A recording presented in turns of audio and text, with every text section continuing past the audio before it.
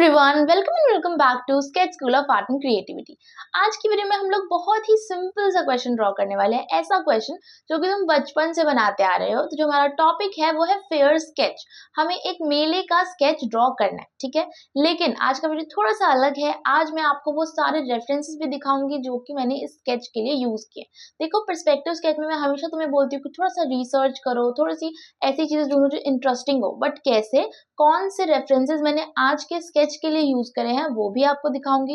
ये भी बताऊंगी कि कौन से रेफरेंसेस अच्छे हैं, किस तरह से आपको इम्प्लीमेंट करना है उन्हें स्केच में, ताकि आपको सारे डाउट्स जो है वो क्लियर हो जाए। लेकिन ये सब चीजों के लिए ये पहले बहुत ही जरूरी है कि आप सभी को कॉन्सेप्ट समझ में आना चाहिए।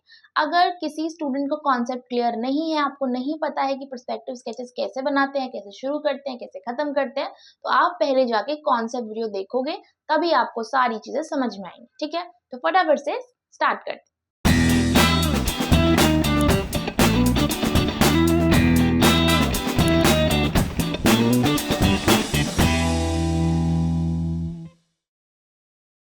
यहाँ मैं सबसे पहले बॉर्डर ड्रॉ कर रही हूँ, और बॉर्डर ड्रॉ करने से आपके स्केच को एक फ्रेमिंग मिलती है। तो बॉर्डर सब लोग जरूर से बनाए, ठीक है। Horizon line, vanishing point, horizon line आपका आई लेवल है, इस चीज को हमेशा ही याद रखेंगे, ठीक है। एंड फिर जो भी तुम्हें लेफ्ट साइड पे, राइट साइड पे शॉप्स बनानी है, उसके लिए एक बेसिक आप बना सकते हो, ठीक है। तो यहाँ पे देखो, आपकी सबसे पहले मैंने एक पास से ह्यूमन फिगर ऐड किया है, और ये जो ह्यूमन फिगर है ना, इसका जो रेफरेंस है वो जो आप स्क्रीन पे देख सकते हो, ये रेफरेंस है। ऑब्वियसली मेले का स्केच बना रहे हैं हम लोग, फेयर का स्केच बना रहे हैं, तो वहाँ पे कुछ फेरी वाले होंगे, कुछ वेंडर्स होंगे जो कि गुब्बारे बेच रहे होंगे, या फिर कुछ भी चीज, आइसक्रीम हो सकता है, कुछ भी चीजें जो है वो आप बेच सकते हैं। तो यहाँ पे मैंने इस फोटो से रेफरेंस लिया है। आप चाहो तो और फोटोज ढूंढो, ठीक है, अलग अलग टाइप के। अगर तुम्हें एक रेफरेंस पसंद नहीं आ रहा है, 2-3 ढूंढो, ठीक है। थोड़ा सा स्क्रॉल ही करना है तुम्हें। तो अगर आप रेफरेंसेस ढूंढते हो ना, तो आपको अच्छे से पता चलता है कि इस पोजीशन में भी बना सकते हैं, इस पोजीशन में भी बना सकते हैं। तो वो पोजीशन भले ही आपके माइंड में ना आए, बट उन रेफरेंसेस को देख के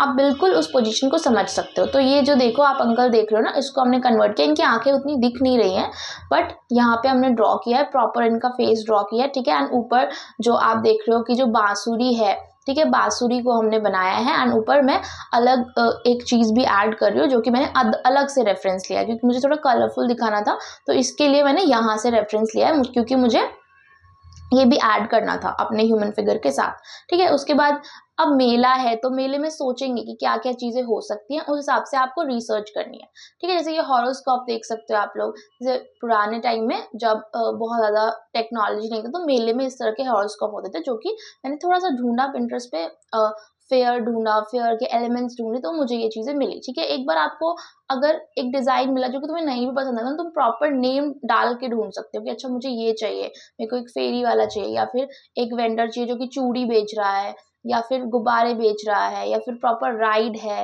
ये सारी चीजें आप ऐड करके सर्च कर सकते हो, ठीक है। तो पीछे आप देख सकते हो कि एक ह्यूमन फिगर मैंने बहुत लंबा बनाया है, ओके।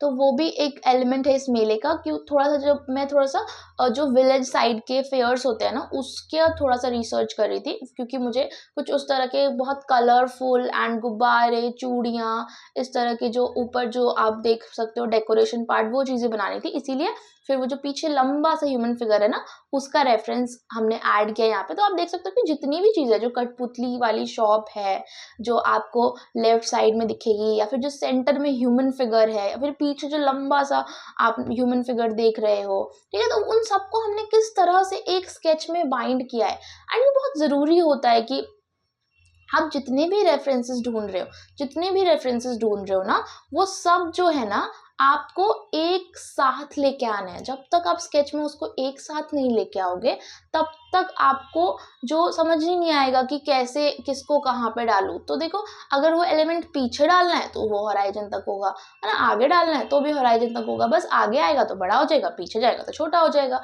आपको स्केल हर जगह पे मेजर करते रहना है, ठीक है। एंड फिर हम लोग रेंडरिंग पे आ रहे हैं। तो रेंडरिंग के लिए firstly I am adding micron pen, because मुझे ऐसा लगता है कि माइक्रोन पेन से बहुत अच्छे से पॉप करता है स्केच, इसीलिए मैं माइक्रोन पेन हर बार ही ऐड करती हूँ।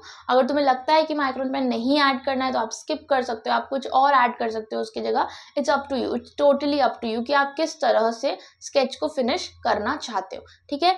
तो यहाँ पे मैं सब चीज़ों में प्रॉपरली माइक्रोन पेन ऐड कर रही हूँ, ठीक है। तो ये जो आपको दिख रहा है ना लेडी, जो लेडी है उसका एक डिफरेंट रेफरेंस मुझे मिला था, बट वो रेफरेंस की पोजीशनिंग मुझे अच्छी नहीं लगी, तो मैंने सिर्फ उसका जो सेट था, जो चूड़ी वाला जो टोकरी वाला, उसको यूज़ किया। एंड देन जो लेडी है उसको प्रॉपर इमेजिनेशन से बनाया कि इस पोजीशन में हो सकती है। तो एक बार आप रिसर्च करते हो तो आपको एलिमेंट्स तो मिल ही जाते हैं। अगर तुम उसकी पोजीशन चेंज करनी है या फिर कुछ आपको एंगल चेंज करना है या फिर उसके कपड़े चेंज करने हैं, वो तो तुम कर ही लोगे, ठीक है। बट एक बेसिक रेफरेंस ढूंढ सकते हो। और बेसिक रेफरेंस इसलिए नहीं कि वो चीज़ें तुम्हारे दिमाग में नहीं है, वो चीज़ें तुम्हारे दिमाग में है, लेकिन उसका प्रॉपर कैसा डिज़ाइन होना चाहिए, कैसा कलर होना चाहिए, कैसा एंगल होना चाहिए, वो रिसर्च से क्लियर हो जाता है कि किस तरह से क्या एलिमेंट्स डालने हैं। अब जैसे जो ये कठपुतली वाली शॉप है, ये भी हम लोग बेसिक ही बना रहे हैं। जो हमारा रियल रेफरेंस है उसमें ये बहुत कॉम्प्लिकेटेड है, बहुत सिंपल वे में, बहुत सिंपल फॉर्म में ही ड्रॉ कर रही हूँ। बट स्टिल उस शॉप से, जो शॉप का रेफरेंस हमने लिया, उससे हमें ये चीज़ें क्लियर होगी कि क्या मटेरियल हम लोग ऐड कर सकते हैं, किस तरीके से उसको छोटा बड़ा कर सकते हैं, ये सारी चीज़ें हमें क्लियर हो रही हैं, ठीक है। तो इसीलिए जब हम रेफरेंसेस लेते हैं, डिफरेंट डिफरेंट टाइप के लेते हैं, तो चीज़ें हमको क्लियर होने लगती है एंड हमारा जो स्केच है ना वो बहुत ही ज़्यादा अच्छा बनने लगता है, ठीक है। बाकी कुछ कुछ बैलेंस करने के लिए तो आप अपने तरफ से इमेजिनेशन से तो बना ही सकते हो, ठीक है। जैसे यहाँ पे जो कुल्फी वाला है, तो मुझे लगा कि कुल्फी वाला जो स्टॉल है, मुझे लगा कि बहुत खाली खाली सा लग रहा है, तो मैंने यहाँ पे ऐड कर दिया रेड कुल्फी वाला स्टॉल, ठीक है। तो इस तरह से हम लोग ऐड कर सकते हैं, जहाँ पे हमें खाली लगे तो फिर खुद से ऐड कर दो। एक बेसिक स्टॉल्स तो हम लोग खुद से ऐड कर ही सकते हैं, यस। तो अभी यहाँ पे जो हॉरोस्कोप है उसके पीछे जो अंकल है, वो भी चाहे तो आप, अगर ये पोजीशन भी तुम्हें लग रही है कि नहीं मेरे से इमेजिनेशन से नहीं बन रहा है, तो उसको भी आप क्या करो, उसको भी आप रेफरेंसेस से ले सकते हो। ऐसा नहीं है, देखो रेफरेंसेस लोगे तो ही अच्छा स्केच बनेगा। ऐसा नहीं है कि प्रॉपर शुरू में ही इमेजिनेशन से बनाना है। इमेजिनेशन से तुम बना सकते हो, बट फिर उतना यूनिक, उतना बढ़िया स्केच नहीं निकल के आएगा, ठीक है। फिर बेसिक स्केच निकल के आएगा। तो शुरू शुरू में तो हमें रेफरेंसेस लेने ही पड़ते हैं। वो रेफरेंसेस हमारे माइंड में रहते हैं, वो टेक्निक्स हमारे माइंड में रहती है, फिर उसी को तो हम इमेजिनेशन से बनाते हैं। तो ये चीज़ें बहुत ही इंपॉर्टेंट है। अब यहाँ पे जितने भी बैक, अब देख सकते हो कि ऑलमोस्ट फ्रंट तो भर ही गया है ना। अब सिर्फ बैक की चीज़ें बची हैं, तो जो बैक की चीज़ें हैं ना, उसको आप छोटे छोटे बनाओगे, तो वो फिल करने के लिए आप कुछ कुछ चीज़ें तो ऐड कर ही सकते हो, यस। यहाँ पे जैसे मैजिक शो वाला पार्ट था, तो वो मेरे को वो पार्ट बहुत खाली लग रहा था, तो मैंने वहाँ पे मैजिक शो बनाया। अब उसके पीछे भी पार्ट बहुत खाली लग रहा है, अब सोचना है कि वहाँ पे क्या बनेगा, तो वहाँ पे भी हमने क्या किया, एक राइड ऐड कर दी। अगर राइड के लिए भी ये राइड चाहे तो खुद से बना लो, क्योंकि बहुत पीछे है तो इतना रेफरेंस लेने की जरूरत है नहीं। बट अगर लगता है कि नहीं इसके लिए भी रेफरेंस लेने की जरूरत है, तो उसको भी आप रेफरेंस लेके बना लो, ठीक है। बट अच्छा बनना चाहिए आपका स्केच, भले ही तुम उसको 3 घंटे लेके बनाओ, 4 घंटे लेके बनाओ। एंड जो बच्चे अगले साल एग्जाम देने वाले हैं वो तो ये कर ही सकते हैं। जो बच्चे नेक्स्ट ईयर करने वाले हैं उनके पास तो बहुत टाइम है। आप एक एक स्केच को 3-4 घंटे दे सकते हो। आपको कितने टॉपिक कवर करने हैं, आपको 25-30 टॉपिक कवर करने हैं, ठीक है। और टीचर्स के साथ डिस्कशन करके कि ये वाला अच्छा है कि नहीं है, ये रेफरेंसेस अच्छे हैं कि नहीं है, या फिर ये बनाना अच्छा है कि नहीं। और देखो कोई भी चीज़ रेफरेंस में नहीं लिया जाता है। अगर बहुत कॉम्प्लेक्स डिज़ाइन है तो वो तुम नहीं ले सकते रेफरेंस, क्यों? क्योंकि तुम्हारे पास टाइम भी तो कम है ना एग्जाम में। अब ऐसा थोड़ी है कि हमें बहुत ही यूनिक स्केच बनाना है, नहीं। आप ये भी तो देखो कि क्या वो प्रैक्टिकली पॉसिबल है 40 मिनट में या फिर 1 आवर में भी, क्या वो प्रैक्टिकली पॉसिबल है, तभी आप उसका रेफरेंस लो। अगर वो बहुत ही कॉम्प्लिकेटेड है, उसके लिए तुम्हें बहुत ही ज़्यादा कट करना पड़ रहा है, सेंटर लाइंस लेने पड़ रहे हैं, बहुत आपको बनाना पड़ रहा है, तो फिर तो कोई फ़ायदा ही नहीं है। फिर तो वो 4-5 घंटे का स्केच है जो तुम बना ही नहीं पाओगे एग्जाम में। तो रेफरेंसेस भी ऐसे लेने हैं जो बन सके एग्जाम में, ठीक है। एंड जो आपके माइंड में याद भी रह सके। अब जब तुम ऐसे अलग अलग जगह से चीज़ें लेके बनाते हो ना, तो आपके दिमाग में रहती हैं वो, आपने कैसे बनाया था, किस तरह से उसे ब्रेक डाउन किया था, किस तरह से उसे ड्रॉ किया था, तो ये सब चीज़ें आपके दिमाग में रहती हैं, ठीक है। और जब तुम डिस्कस कर लेते हो ना, जो तुम्हें गलती पता चल जाती है वो भी तुम्हारे दिमाग में रहती है। और जब तक उसको ठीक नहीं करोगे तब तक तो कोई फायदा नहीं है, ठीक कर लोगे तो फिर दिमाग में रहेगा, ठीक है। अब यहाँ पे इतना बेसिक बनाने के बाद ना इसमें कलरिंग भी करेंगे हम लोग, ठीक है। तो कलर, अब जैसे मेले का है, तो मुझे ऐसा लगता है कि अगर मेला है तो थोड़ा सा कलरफुल होना चाहिए। यहाँ पे जो मैं कलर स्कीम यूज़ कर रही हूँ वो है आपका triadic colour scheme. Triadic colour scheme में येलो, ग्रीन, पर्पल एंड जो हमारा ऑरेंज कलर है वो यूज़ कर रही हूँ। क्योंकि मुझे थोड़ा कलरफुल चाहिए था इसलिए मैंने ट्रायडिक कलर स्कीम चूज़ किया। हम नॉर्मली मोनोक्रोमैटिक या कॉम्प्लीमेंट्री कलर स्कीम भी यूज़ कर सकते हैं, बट उसमें आपको 2 ही कलर्स मिलेंगे। मुझे थोड़ा सा कलरफुल दिखाना था, फेयर को रंग बिरंगा दिखाना था, इसीलिए ये 4 मैंने कलर्स चूज़ किए। ठीक है, और रैंडमली कोई भी कलर चूज़ करोगे तो उससे भी कलरिंग हो ही जाएगी, लेकिन जब हम प्रॉपर कलर स्कीम का यूज़ करते हैं ना तो स्केचेस देखने में ना थोड़ा अच्छा लगता है। जो कलर होते हैं वो वाइब्रेंट लगते हैं एंड साथ में मिक्स मैच करते हैं तो और ज़्यादा अच्छे लगते हैं। ठीक है, तो यहाँ पे आप देख सकते हो कि मैं थोड़ा थोड़ा सा हर जगह पे कलर्स उस हिसाब से डाल रही हूँ कि कहाँ पे कौन से कलर्स अच्छे लगेंगे। लाइक स्काई में कौन से अच्छे लगेंगे, अगर जो बांसुरी है एंड जो ह्यूमन फिगर है उसमें कौन से कलर्स अच्छे लगेंगे। तो थोड़ा सा सोच सोच के आपको जो भी कलर चाहिए तो पहले से ही निकाल के रख लो कि मेरे को ये कलर, ये कलर, ये कलर, ये कलर चाहिए, और उस हिसाब से आप कलर स्कीम फॉर्म करके देन उसको ऐड करो। ठीक है, नाउ आप देख सकते हो कि थोड़ा सा शर्ट में भी ग्रेड दिया है एंड जो जहाँ जहाँ पे भी चाहिए था हमको थोड़ा थोड़ा सा फ्लोर में भी दिया है, स्काई में भी दिया है, जो डेकोरेटिव पार्ट है सब कुछ। ठीक है, तो थोड़ा सा इस चीज़ को हम लोग देखेंगे कि कैसे कलर्स को हमको मैनेज करना है कॉम्पोजिशन के अंदर, जिससे कि जो कॉम्पोजिशन है ना वो अच्छा लगे। आप देख सकते हो कि ये जो है हमारा फाइनल स्केच है और इसमें किस तरीके से सारे कलर्स जो है ना वो हर जगह पे स्प्रेड हो रखे हैं, थोड़े से अच्छे दिख रहे हैं। तो जब आप ऐसा अगर कलरफुल कॉम्पोजिशन बनाओगे तो ऑब्वियसली वो अच्छा लगेगा। ठीक है, आई होप सबको समझ में आया होगा कि किस तरह से रेफरेंसेस लेने हैं और उन्हें कैसे इम्प्लीमेंट करना है। देखो, अच्छे रेफरेंसेस लेना तो इम्पॉर्टेंट है ही, पर उससे भी ज़्यादा इम्पॉर्टेंट ये है कि जो तुमने 10 रेफरेंसेस लिए हैं, 10 जगह से लिए हैं, उन्हें एक स्केच में आप कैसे लेके आ रहे हो और स्केच को उन सारे रेफरेंसेस के साथ बैलेंस कैसे कर रहे हो, ये भी बहुत ही ज़रूरी है। तो रेफरेंसेस जितना अच्छा होता है उससे भी ज़्यादा इम्पॉर्टेंट ये है कि कैसे आपने उसको स्केच में बनाया है। ठीक है, तो ये सारी चीज़ें आपको करनी पड़ेगी। एक टॉपिक लो, उस पर रिसर्च करो, उसे ड्रॉ करो। मैं तुम्हें क्वेश्चन दे रही हूँ, उसको ट्राई करो ड्रॉ करने का। तो आज का जो क्वेश्चन आपको ड्रॉ करना है वो है कि आपको एक पब्लिक पार्क का स्केच बनाना है जहाँ पे बच्चे खेल रहे होंगे और जो एल्डरली पीपल है वो योगा कर रहे होंगे। इसे ड्रॉ करके आप जो नीचे नंबर दिया गया है वहां पे हमें सेंड कर सकते हो। हम प्रॉपरली ट्राई करेंगे कि आपको एक बेसिक गाइडेंस प्रोवाइड करें कि कहाँ पे इंप्रूव करने की जरूरत है तुम्हें। उसके अलावा अगर तुम्हें प्रॉपर गाइडेंस चाहिए तो नीचे जो लिंक दिया गया है वहां से फ्री डेमो क्लास तुम बुक कर सकते हो, या फिर हमारी वेबसाइट से भी आप बुक कर सकते हो free demo class. See you in next video. तब तक के लिए bye. If you are an aspiring architect aiming to secure a spot in one of India's prestigious architecture colleges, you are in the right place. Every successful journey requires a well thought out plan, and at SSAC we specialize in helping students crack the NATA and JEE Arc examinations. We have designed 3 plans to cater to different learning styles and requirements. The first is our success plan, which is your all-in-one solution. Its holistic structure comes with a 100% guaranteed success rate, making it the ultimate choice for aspiring architects.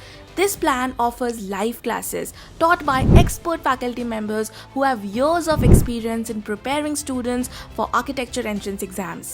For added convenience, we provide backup recordings of each live class, so even if you miss a session, you can catch up by watching the recording before the next class. As part of this plan, you will receive our specially curated SSAC books package, which contains 8 books along with our digital resources. These books are the result of 5 years of extensive research by our expert team, specifically tailored to help you crack the entrance exams with in-depth knowledge and ample practice opportunities. Our digital resources include a rich collection of creative ebooks that cover all topics in a detailed and easy to understand manner. Whether you prefer studying from physical books or digitally, you will have both options available. In addition to the ebooks, our digital resources include time-based exams after each module to track your progress, the last 10 years of solved previous year papers, and exam-like mock tests designed to stimulate the actual NATA and JEE Arc exams. All our tests and mock tests are custom made with many questions being repeated year after year, boosting your chance of becoming a topper. On top of that, there will be fun assignments and group activities that make learning at SSAC very, very enjoyable. To further support your progress, we conduct a parent-teacher meeting (PTM) or Viva every month to discuss your performance, provide personalized feedback, and set goals for improvement. For students who prefer more flexibility in learning but still want to access high-quality materials and structured guidance, the self-learning plan is the ideal option. This plan offers recorded sessions of all exam topics, allowing you to learn at your own pace and your own schedule. Many students living in hostels or with conflicting schedules opt for this plan.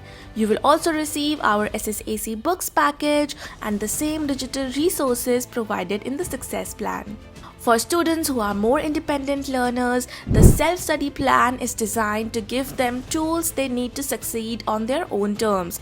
You will receive the SSAC books package and the same digital resources, ensuring that you have access to high-quality study materials needed to thoroughly prepare you for your exams. No matter your learning style, whether you prefer structured live classes, self-paced learning, or independent study, SSAC has a plan that will help you confidently move towards your goal of gaining admission to one of India's top architecture colleges. For more details, feel free to call or WhatsApp us at +91 888 2908 615, and don't forget to visit our website to book a free demo session today.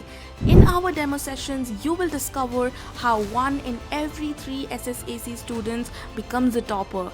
At least come and experience the magic of our absolutely free demo sessions, and I guarantee you that you will not regret it. With our dedication to excellence and your commitment to success, together we can achieve your dream, because success is a choice.